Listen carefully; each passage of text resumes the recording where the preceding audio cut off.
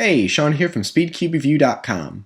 We did the 3x3 Mega comparison, the 2x2, and now for the 4x4. There have been a few new 4x4s that came out into the market this year, so which one should you buy? Before I get started, I want to give a big thanks to SpeedCubeShop.com. Most of the cubes you see are available there, and you can use discount code CUBEREVIEW for 15% off your entire order. Now, the cubes we will be looking at today are the older and newer Cyclone Boys, the mini and full-size Moyu Aosu, the Shanghai 4x4, YJ Yusu, and the Yushin 4x4. I'm going to talk about each one individually and then compare them all, going over what you might like best at the end. Let's start with the Cyclone Boys.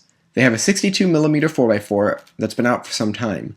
The outer layers are amazingly smooth, even more so than the Shanghai, which is often the king of smooth-feeling puzzles. The inner layers are the exact opposite. They feel extremely crunchy and not smooth at all. I feel like the pieces are ready to pop out of place when turning the middle layers, even though I have yet to have any pops on this cube. That, coupled with very square pieces, means you can easily have catches on this. The mini 60mm Cyclone Boys cube, commonly called the G4, is a completely different feeling cube.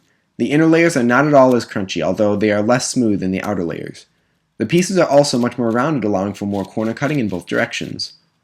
This mini is a great feeling cube and could be broken in to be a strong competitor in the speed cubing community. The crunchy feeling did go away quite a bit after only a few solves. Next, we have the Moyu cubes. These are often considered the best of the best and are used by a majority of the top speed cubers in the world. They are very smooth in both the inner and outer layers and can be quite fast. Corner cutting is great in both forward as well as reverse. The only issue I've had is on the 62mm edition. The caps fly off the centerpieces. It is only certain ones, especially ones on the orange side. I have yet to glue the caps down, but probably will have to in the future. Now, many people have said that the mini tends to pop more. First, I thought this too, since I had a few more internal pieces pop on the mini than compared to the full-size one.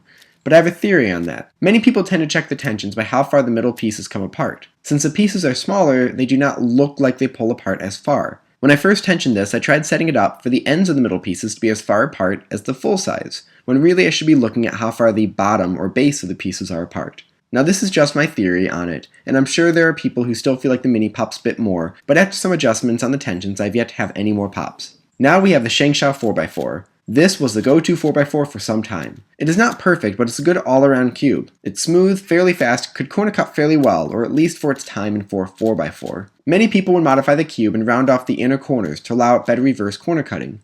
The other mod people would do is round off some of the internal pieces to prevent catching, which can happen if you try just turning one internal layer.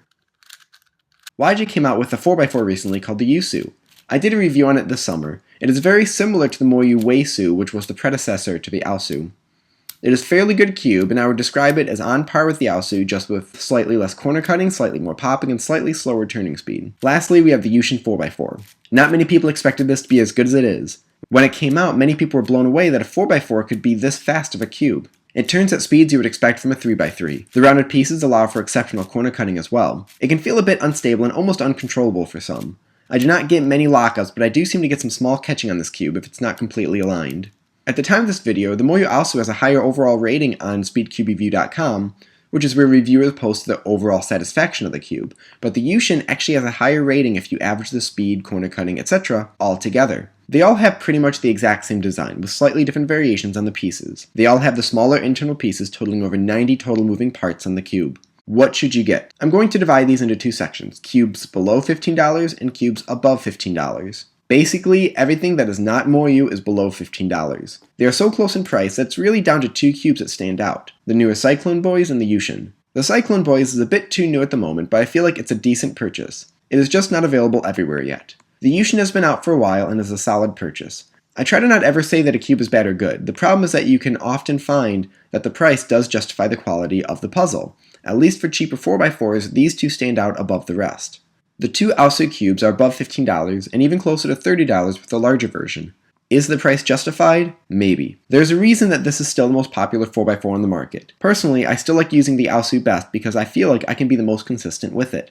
If you are slower at solving 4x4s, really any cube will be a good choice. If you want one that will last until you are a world record holder, then one of the ones that I said stand out would be a good choice. Saying one is the best is impossible, especially showing that there's a difference in what people feel they like better compared to what's a higher overall rating, like on the website. Please feel free to let me know your thoughts or questions in the comment section below. Please like and subscribe for more videos in the future. Thank you again to SpeedCubeShop.com. Stop by there to buy most of these cubes shown, and stop by SpeedCubeReview.com for more news and reviews.